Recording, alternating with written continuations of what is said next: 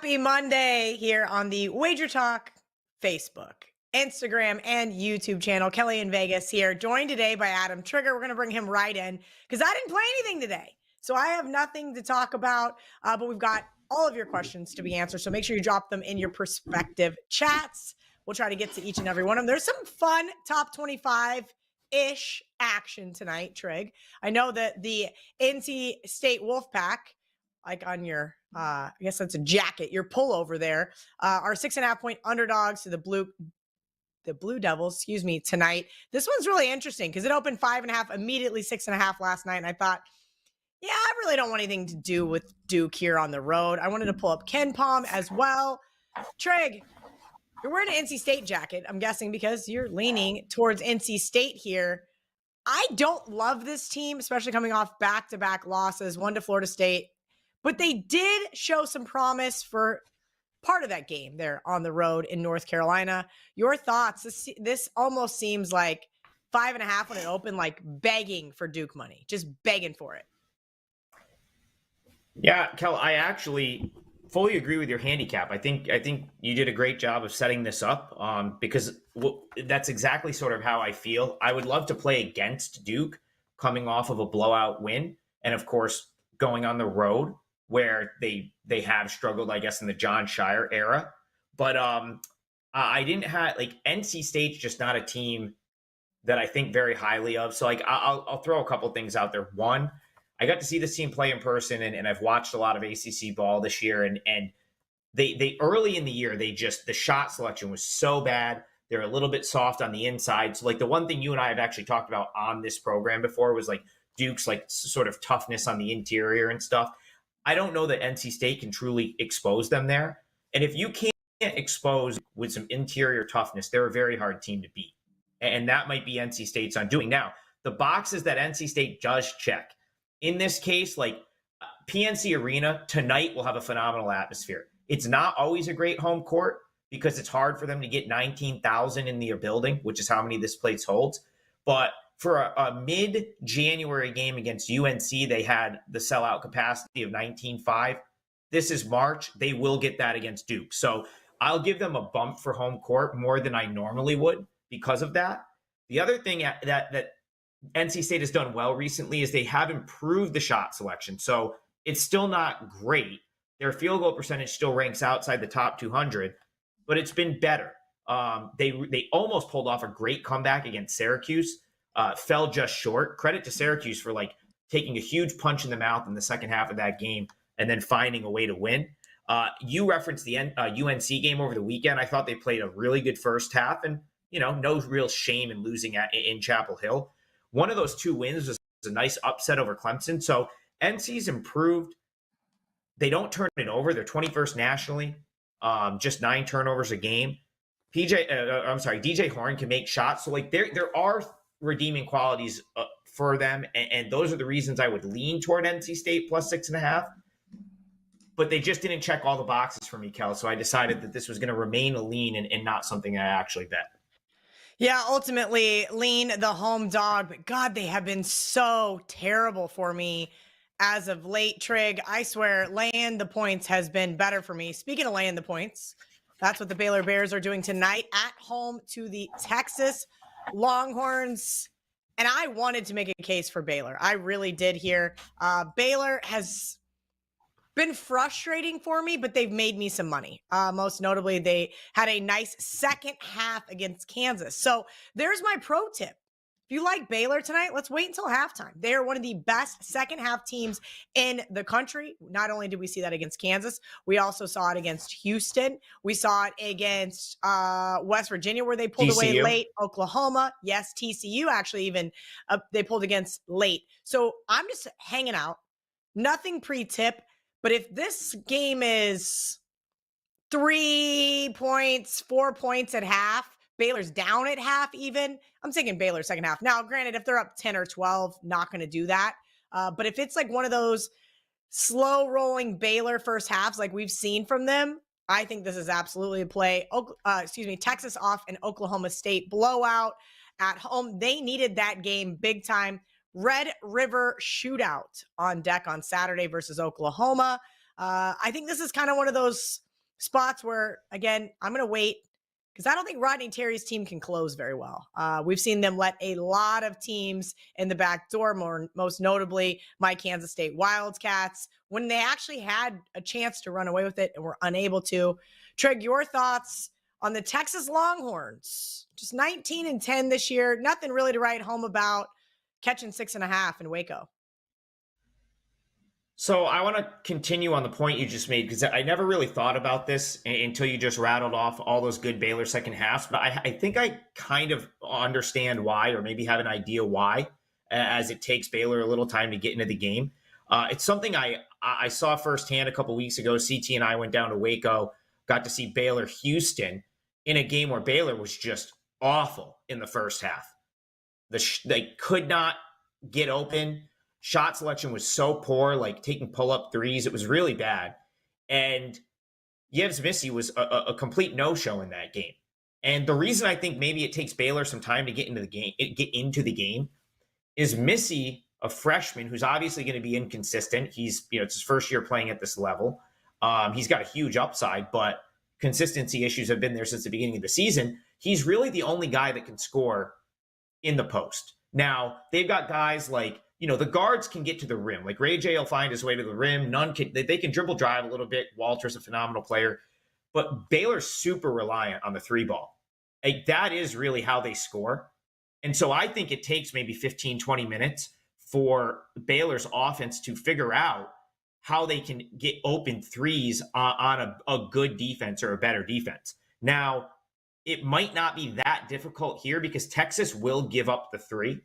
But then you also have to weigh in the fact that, okay, well, they still have to be making them, right? So just like any team, sometimes it just takes some time to get into the game.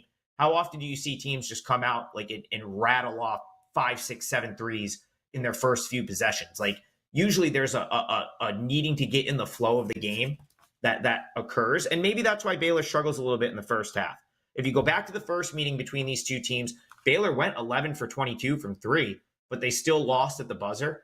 And it's because they really got nothing else, right? They weren't getting anything at the rim whatsoever. I think Missy had 7 points. And of course, Texas, that is where they excel defensively, is taking the rim away.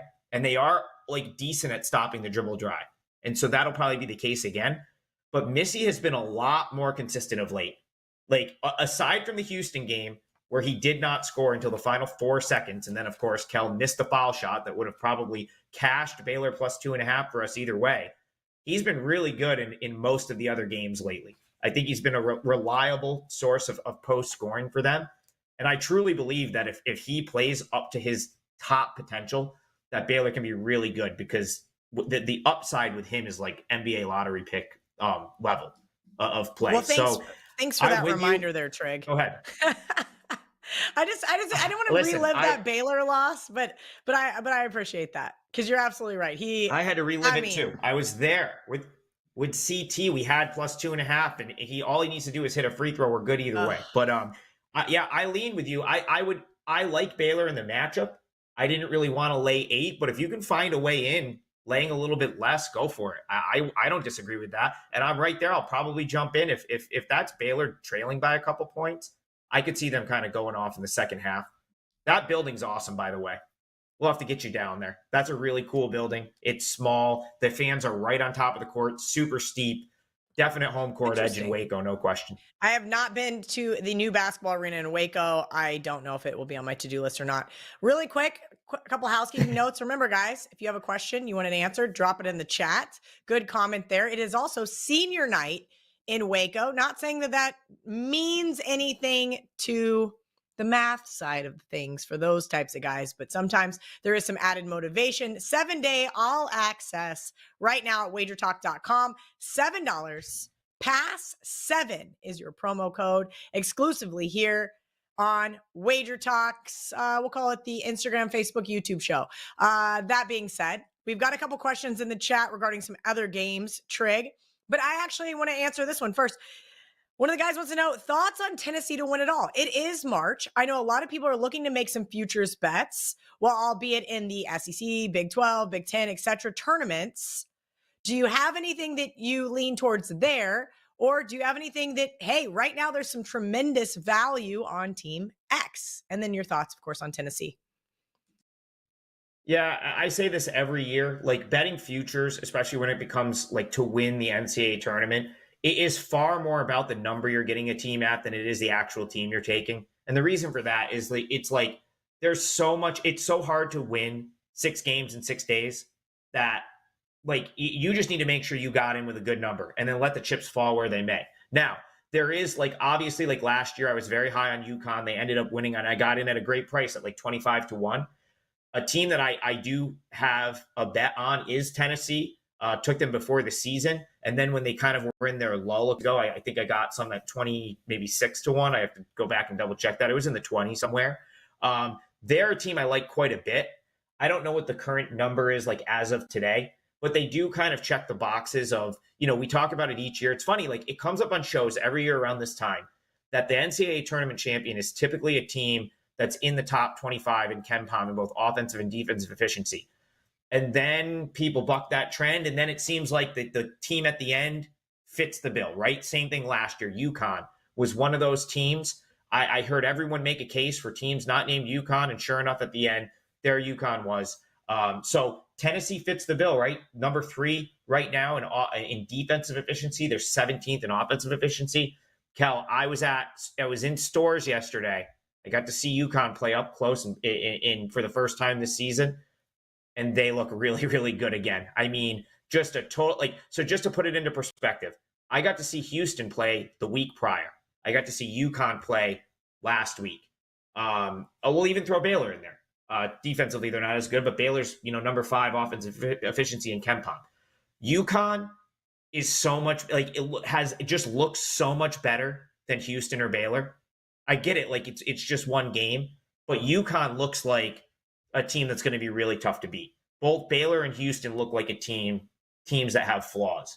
I think I haven't seen them in person. I think Purdue maybe still has some flaws.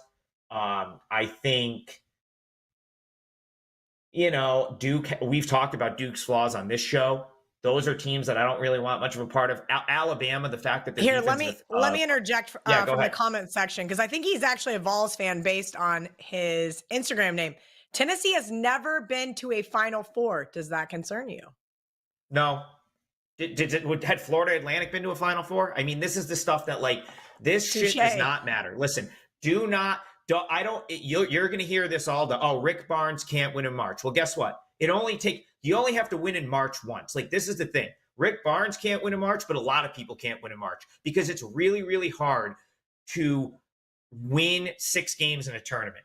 So it might only happen for someone one year. You gotta just block all of that out because all I've heard for the last decade is Izzo in March. Where's Michigan State been? When was the last time they K-State played them in the Elite. What was it? The Sweet 16? It was the Sweet 16. Yes. Yeah. Sweet 16. Yeah, they were there. But that's the thing, though. this, they were definitely there. But they were. You don't. Last time I checked, you don't get paid on any sort of future bet when you make the Sweet 16. But some of these, if you take a big enough price, like if you had Florida Atlantic or you had San Diego State last year, you probably should have made yourself money somehow, right? Especially San Diego State. Kel, you had San Diego State. They didn't win it all, but I'm sure you made something on that. So that's the other thing too. That's why I said on the show last week, I prefer the Calcutta because you get paid on every single win. So you brought up Yukon, right? For those of you that watched the show with John Murray, Kelly and Murray, we let you guys vote. You guys picked Yukon. I was so annoyed because I knew I was going to be on Creighton the same weekend. And I'm like, here we are. And of course, Trig's absolutely right. Yukon looks great. I'm very happy to be holding a Yukon ticket, but I still think that if we don't bet the first game and then we roll over the money lines, it's going to pay more than plus 750. And that's how I feel about the Calcutta when you have underdog type teams win. I think we made as a collective group. Now, mind you, this is a group of pooled money. We paid, I think, 31,000. I think I'd have to look at the last year's spreadsheet for San Diego State, and San Diego State made us almost $100,000. But had I bet them, they would have been more than 3-1 at a sports book to make to make the Final Four. Sure. I mean, if you think about that. There was points in time. There was points in time for long periods of time last year. I think San Diego State was like 65, 70-1 at like stretches to win the whole thing. Yeah. So, and then of course, if you get to the final, there's ways off of it. Like there's, even as a big dog, I know last year it was a little bit hard to hedge a San Diego State ticket just because Yukon was such a big favorite, but there was ways off of it. I told you last year my way off would have been Florida Atlantic plus the points in the Final Four game, and you would have had both. You would have been free rolling because Florida Atlantic covered and San Diego State ended up winning. So there's a lot of ways you can get creative. But it was so nuts. I didn't want to mess with it because, in my opinion, they got so lucky that night that we were in Hoboken when I was there for the K-State Elite 8 game. And I was like, holy crap, they just beat Alabama. So there was the game before that we were free rolling San Diego State. So yes, I could have guaranteed myself more money. It's just very difficult, right? When you're talking that amount of money, right? Because again, it's a pool collective, but it was a very good March last year. We'll leave it at that. And that's what I'm going to do this year. I have so much more fun bidding on these, I would call them underdog teams, right? Like, because in this Calcutta, it's a bunch of Texas oil money. Yukon's going to go for hundreds of thousands of dollars. Kentucky, Kansas, all the blue blood names, right? Arizona, Purdue, they're all going to be so expensive. Me and my group can't compete with that. So I actually asked CT if he wanted to be a partner this year so we could, increase the bankroll a little bit. We'll see how that goes. The chat wants to know a couple. Go ahead. I got a really interesting one that I just kind of noticed here because this seems insane to me. But it was a team that was super hyped up before the season, and you probably could get them at outrageous odds right now. But it is absolutely shocking to me that St. John's is 28th in KenPom, 34th in offensive efficiency, 35th in defensive efficiency. That to me is absolutely mind-blowing because, of course, St. John's right now is probably on the outside looking in. They're 9-9 in Big East play. They had a really nice win over Creighton, I think last week. They've now won 3 straight. They finished with DePaul and Georgetown, so you've probably got 2 more wins in the bag right there. So they're a team that is very likely going to head into their conference tournament at 19-12 with going 11-9 in a Big East, a true bubble team, probably a team that like needs one more win in their conference tournament. But those numbers are really interesting to me because based on prior teams that have won, they're like right on the fringe in both metrics. And I don't think anyone would have that off the top of their head that St. John's was anywhere near that because of like how much the perception is that they underachieved. Patino bust, right? Like, because they were so hyped up at the beginning of the year, but maybe now they're truly like very undervalued, like based on KenPom's numbers there. So it's something interesting to look into. That is something interesting worth noting. They have been so frustrating in the second half. I cannot trust them other than that. A couple of games that people want to hit for tomorrow, Trig. They want to know about the Battle of the Orange, Syracuse versus Clemson. Do you have an opinion on either the Orange teams for tomorrow? So it's a huge game. Really, it's a huge game for both, but it's a really a monster game for Syracuse because I think Clemson's probably safe at this point. But Cuse, this is like kind of a game that they need to win to get into the tournament. Now, I was at the first game between these two teams at the Dome. Syracuse just took way too long to get into the game. They dug themselves a huge hole in the first half, but they came back to tie that game, I think, with 3 minutes to go, and then just like did not execute. For some reason, they kept fouling Joe Girard and letting him just like go to the line and ice the game at the free throw line. Shouldn't be fouling like a 90% free throw shooter in that scenario. But that's really been my criticism of Cuse this year. I think Autry is a little bit over his skis in terms of like, coaching ability. So if you want to talk a coaching mismatch, Brownell's a much better coach. But Cuse has really pulled together, I think. They dismissed Benny Williams from the team. I think it was addition by subtraction. I think he was a little bit of a cancer internally in the clubhouse, if you will. And they've been much better since. 9.5 seems like an awfully big number, but Cuse is also kind of in like they're due for a Cuse moment on the road, Kel. Like they've been sketchy on the road. They got to win it at Louisville, but Louisville's not a very good team. I don't know. I feel like people are going to look at that tomorrow and think Q's plus 9.5 is a layup, and I'd proceed with caution there because that's not an easy place to play. Little John's going to be Well, rocking. Tough, and don't tough call. forget, Clemson still has Wake Forest. Not saying they're like some big time rival, right? But they are. Wake Forest is, a team that beat Duke. They're going to be it's going to be one of those tough type of, I think, coin flip type games. And if Clemson, who appears to be a significantly better team at home outside of that loss to Virginia and NC State, I think I'd agree with you. It looks very enticing to take Syracuse. We're going to take a couple more questions. I was going to say, I disagree. I don't think Cuse needs to win that game. I think it would be the nail in the coffin for them probably going to the tournament. But if they don't win and they win one in the ACC tournament, they'll still have a chance. So I don't think that's like a must-win game for Cuse. I think that gets thrown around too much. I had to go to the extra board for this one, Chosen Juan. I was like, where is this game? Yeah, of course. This is why it's perfect for you. He wants to know about the Army Holy Cross game staying under the total. All right. So listen, I'm going to be doing a Patriot League. It looks like 128.5 right now on the Wagertalk odds screen. I'm going to be doing a Patriot League preview. So I'm going to address this game and the entire Patriot League tournament. That'll probably be up by tonight or tomorrow morning. I believe this game this is a game that's tomorrow. And yeah, so Army, I guess my concern with the under here is Holy Cross is really bad defensively. At one point, they were dead last in adjusted defense in KenPom. I think that's probably still the case. Yes, they are 362 out of 362 teams in adjusted defensive efficiency on KenPom. Army is getting better. They're getting a little bit better. This is a team that had a total overhaul in the offseason.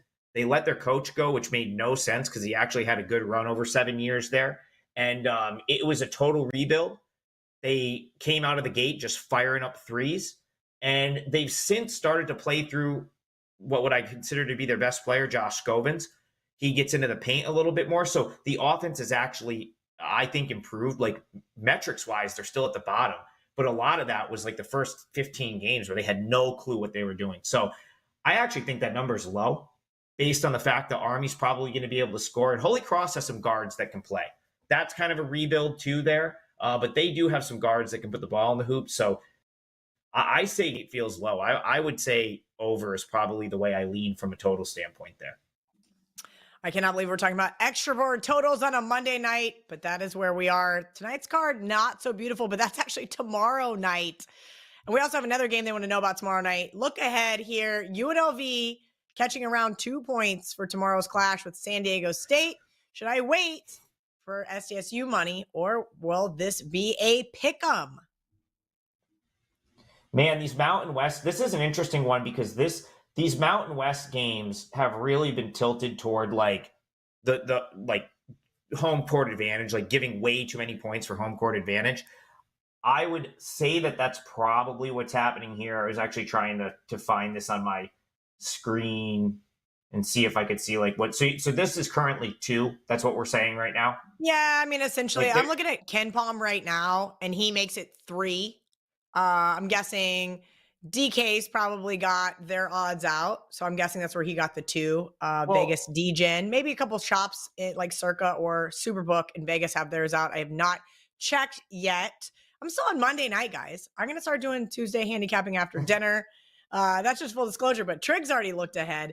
So I kind of figured. I've looked to a lot of the Tuesday games. This wasn't one I really addressed specifically, but just in the context of how we've seen Mountain West games priced all year, they've really priced in the home run home spot. It's almost like you pay a pretty big tax to bet these games at home. I kind of feel like you're doing that with UNLV +2. I would need a few more points to back UNLV here. I still have on San deck Diego as well. We know UNLV is always, whether people admit it or not, those two teams hate each other, and it is something to take into an account. They did lose to Nevada after a tight game on the road versus Fresno State, then came home, ended up losing to Nevada. I guarantee they have this one circled. UNLV, what do you think? Are they going to make the tournament, Trig? I mean, I do think it's been a historic year for the Mountain West. I do think the Mountain West deserves every team that should go in the Mountain West deserves to go, in my opinion. Like if they have a resume worth going, they deserve to get as many teams as possible in. It's been a like I don't want to see an ACC team or like a Pac-12 team get in over one of the Mountain West teams because this has truly been a great league. And they deserve to get rewarded. And a team like UNLV has played well in this league. They deserve if they've got the resume to do so. As far as this game is concerned, I do think you'll probably get a better number tomorrow. Like there's no way San Diego State's not going to get bet a little bit. I think most people have San Diego State power rated like quite a bit higher than UNLV, but it doesn't mean I want to fade. Like the home court has really mattered in this league.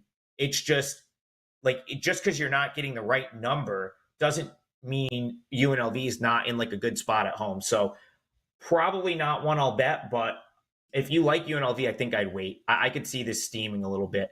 Like, there's no way UNLV's going off favorite here unless someone's hurt.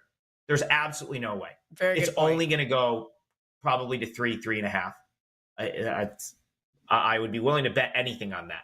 The UNLV's not going to go off favorite here, so probably going to move. So Mountain West right now, San Diego State, Utah State, New Mexico is on the bubble. So I think not only do they need another quad one win, I guess debatable if it's quad one or not, but another marquee win in their conference, then they need to turn around and beat Nevada to probably make some noise in the Mountain West tournament to be able to get in. Trig, you're the best. What's your new Instagram? We're promoting a different Instagram. Well, yeah, at Trig Wagertalk. I forgot I had this one, but it's got more followers, and I'm going to start using that one going forward. Plus, it says Wagertalk in the name, and people will actually know who it is. So at Instead Trig, of a golf ball Trigg in your Wagertalk name. on Instagram. No, the other one's just Trig15. It was like I think I had like 4 pictures. Flight. As soon as somebody was like, "Oh, this is Top Flight," and I met you at the Superbook, I was like, "Why is your Twitter name after a golf ball?"